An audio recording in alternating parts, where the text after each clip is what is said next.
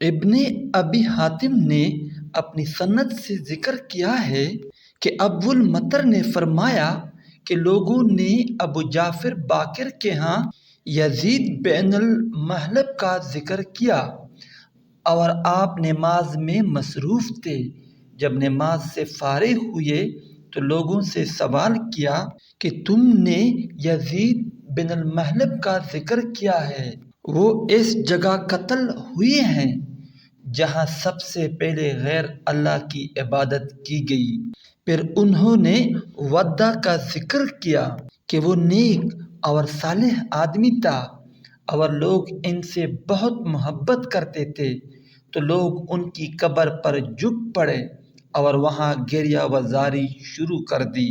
جب ابلیس نے ان لوگوں کے غم اور پریشانی کا یہ حال دیکھا تو انسانی شکل و صورت میں ان کے سامنے آ کر کہنے لگا کہ تم اس شخص پر اتنی آہ وزاری کر رہے ہو، کیا میں تمہیں اس جیسی اس کی ایک تصویر نہ بنا دوں؟ وہ تمہاری مجلس میں رہے گی اور اس تصویر کی وجہ سے اس کی یاد تمہارے ذہنوں میں تازہ رہے گی۔ لوگوں نے کہا کہ ہاں ٹھیک ہے، تو ابلیس نے ان کی ایک تصویر بنا دی اور اس تصویر کو ان لوگوں نے اپنی مجلس میں رکھ دیا اور اس کی یاد میں مشغول رہے۔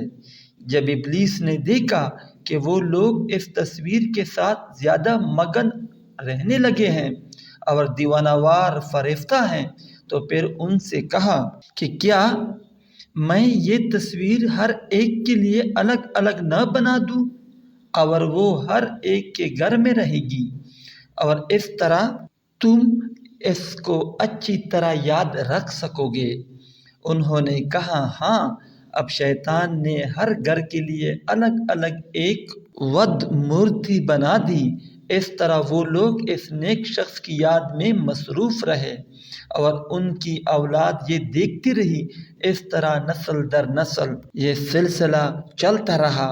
آخر کار ان کی یاد کا سلسلہ ختم ہوا اور ان کی اولاد نے ود کے بت کی پوجا شروع کر دی۔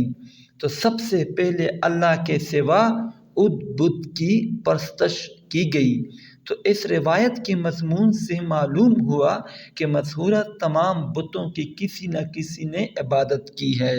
حضرت ام سلمہ اور ام حبیبہ رضی اللہ عنہما نے حضور صلی اللہ علیہ وسلم کی خدمت میں ایک گرجے کا ذکر کیا جو انہوں نے حبشہ کے علاقہ میں دیکھا تھا، اور گرجے کا نام ماریا تھا، اور اس کی خوبصورتی کا تذکرہ بھی کیا، اور آپ سے عرض کیا کہ اس میں بہت سی تصویریں تھیں۔